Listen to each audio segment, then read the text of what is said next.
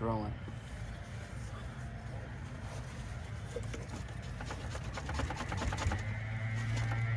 See that? It's no good. What's up, guys? Today we're gonna throw some motor mounts into our Mazdaspeed Protege. So what we did was we got these generic $50 set. You can get them on eBay and I believe Amazon. And then we packed them in with some polyurethane caulking, and we let them sit for a long time.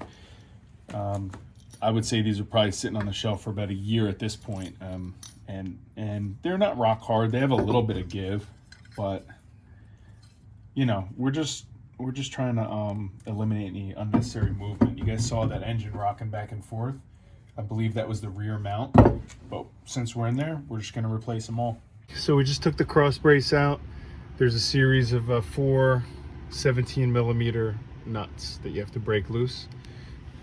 I don't know how well Noah can see in the camera, but this is essentially a motor / transmission mount all the way in the back.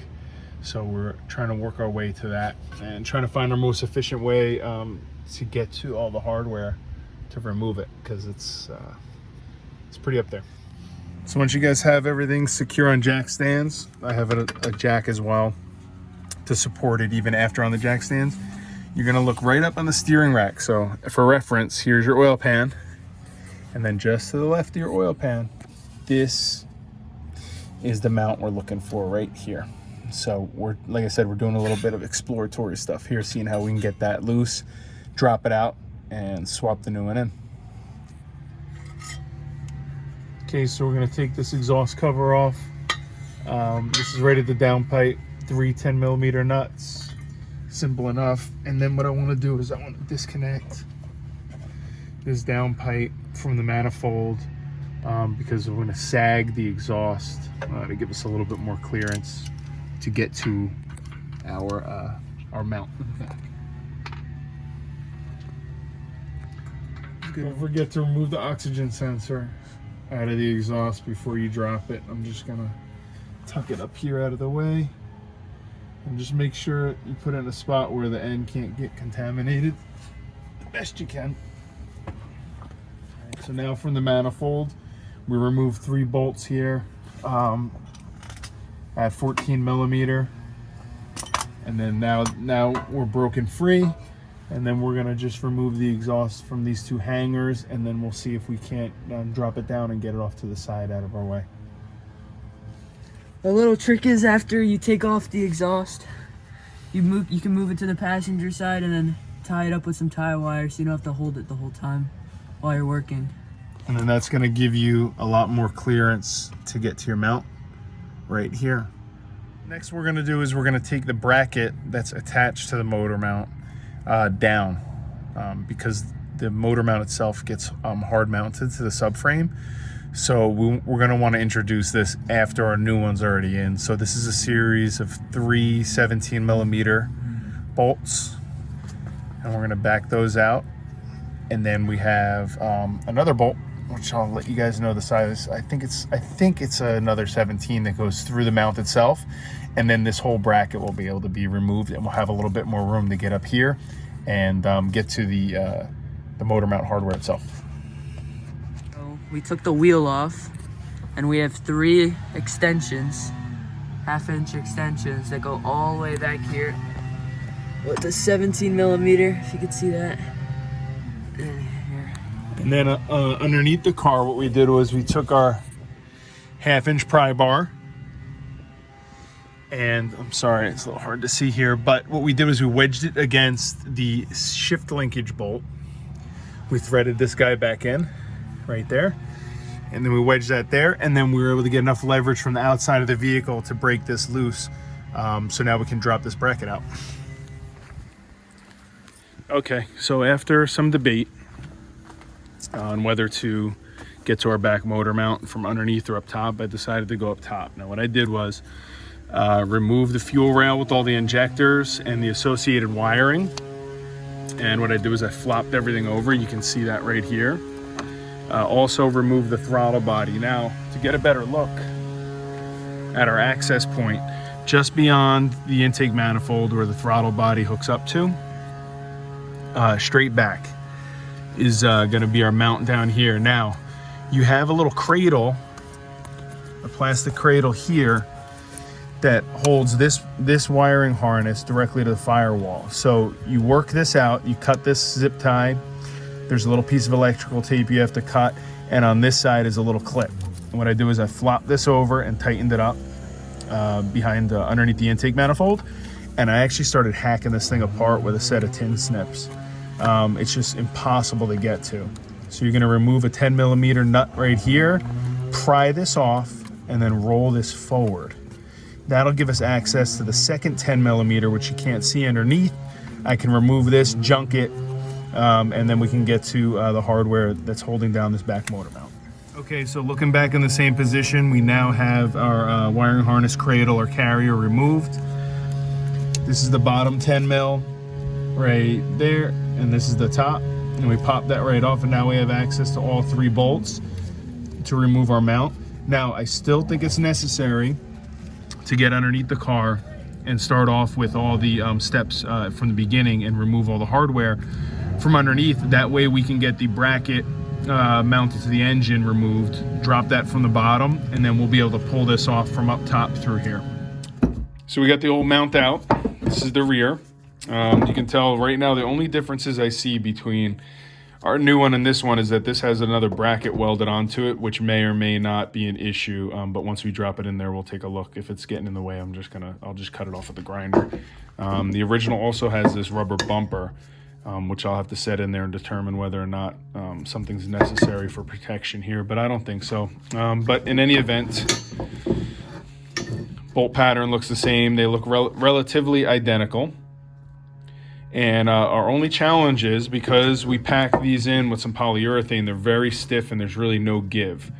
So I'm gonna leave this mounting hardware loose, and I'm gonna put the associated bracket on the front, make sure that I get the main bolt through, and then get all this stuff on. You want everything to be kind of floppy and loose when you're lining this stuff up. I'll cinch down the bracket, I'll cinch down this guy, and then what we'll do is we'll do a final cinch down of the motor mount itself with these 3 17 millimeter nuts. So let's go ahead and do that. All right, so I ended up having to take the largest drill bit I got. I believe it's a 1/2 inch. I put our new motor mount in a vise, and then I had to waller out these holes a little bit. It wouldn't fit over the existing bolt pattern of the vehicle. And then also too is don't worry about going too big on this. It's nice because you'll have a little bit of adjustment and wiggle room when you're going to send the rest of the bolts home with the bracket. So get these opened up, you know, fairly larger than it had before. They weren't even a perfect circle before. I'm gonna test fit this now and see if I gotta open them up a little bit more. So underneath the car, we reinstalled our bracket, and then you can see our new motor mounts right here. Everything is loose, but it's really important that you get these threaded properly because we're actually threading right into the transmission, which is a cast piece, and you don't wanna strip that out. So like I said, keep your mount loose. You can see we got a lot of play there. Keep this loose, and then we're gonna send our main bolt to connect the 2 pieces through. Once that's through and tight, then we'll come down and we're gonna tighten all this hardware up, and then we'll tighten up the motor mount from the top. So we have our bolts sent through, both our bracket and our new motor mount. This is gonna be a 2-person job. With these loose, you're gonna have to jiggle and wiggle them around. Also, what's gonna help big is if you get your jack underneath the transmission, and what that's gonna do is that's gonna roll the transmission from the back up to help you with alignment. So we're gonna bolt down the bracket first up top. Below. We're gonna go up top. We're gonna bolt down the motor mount, and then we're gonna tighten up finally the bolt that goes through to join the 2. All right, since we have our throttle body out, we're gonna go ahead and remove all the gasket material. This is pretty caked on. We're just gonna use a razor blade. You can see I started here. Try not to mar up the mating surface too much. We're gonna go ahead and put some RTV around here when we go to reinstall it. The gasket's a little hard to come by at our local parts store. We're also gonna get rid of all the carbon buildup inside the butterfly here. And then we'll go ahead and clean up the intake side as well. We got the top of the engine button back up. I'm not gonna go over the disassembly of the harnesses and the fuel rail. There's plenty of other videos that you guys can check out. to look that up.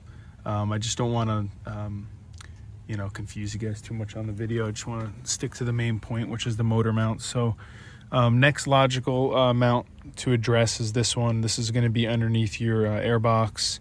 Your battery's located here.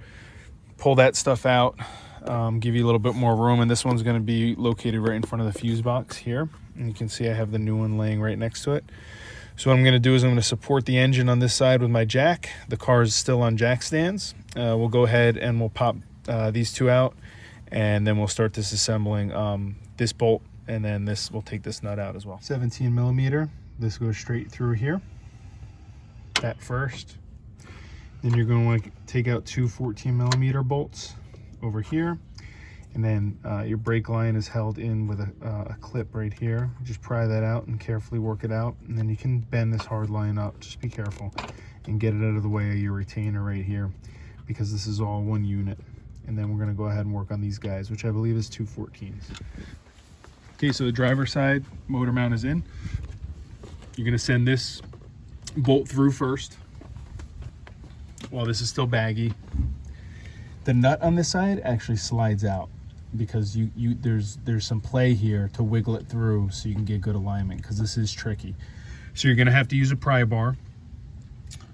Pull this nut out. You can see where the bolt comes through. Back it off, slide this over, and then you can start threading this bolt in. Now, the whole time, you're going to have a piece of wood underneath your transmission, okay? Because you need to elevate this. This whole side of the engine is going to want to sag on you, so you have to simulate the proper elevation for it. So, like I said, once this is through, we're going to go ahead, we're going to send these two in that go into the side of the frame rail, and then you can line it up, and then you can send these in, and then you're going to want to tighten them in that order. 1, 2, 3, 4, 5. Don't forget to transfer your old hardware from here and this guy from your old motor mount, as well as this, back onto your new motor mount. So we're going to get into the passenger side. This one's going to be much easier. So sequence for removing these nuts and bolts are 14 millimeter here, straight down. There's another one, and then you have two 17s. So we're going to remove these two first to get rid of this bar.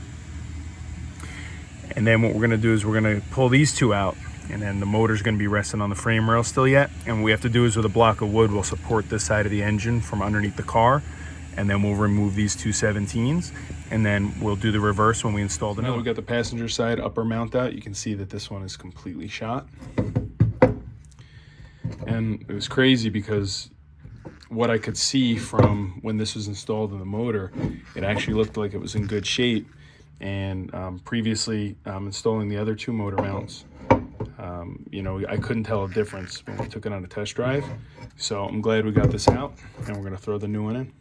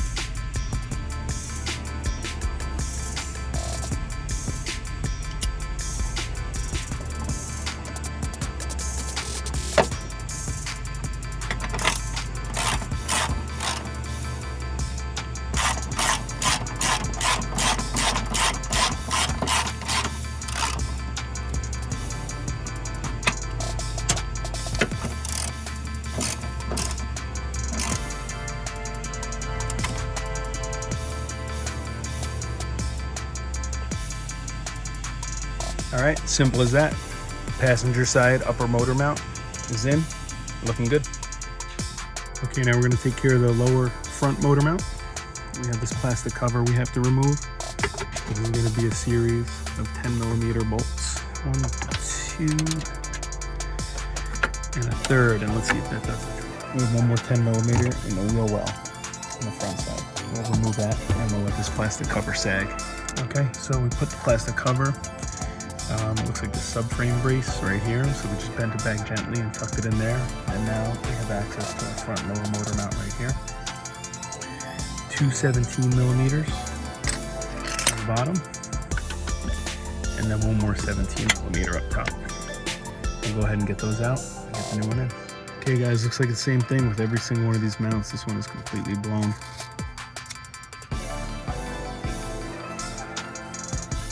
Almost sheared all the way through on the other side as well. Get this out of here. Okay, the new mount is mocked up. To finalize this one, we're going to go ahead and cinch these two to the subframe brace, and then we'll go ahead and tighten this one up. Everything lined up perfect, didn't have to move anything. So this is probably the easiest mount you guys are going to come across when you're doing this job.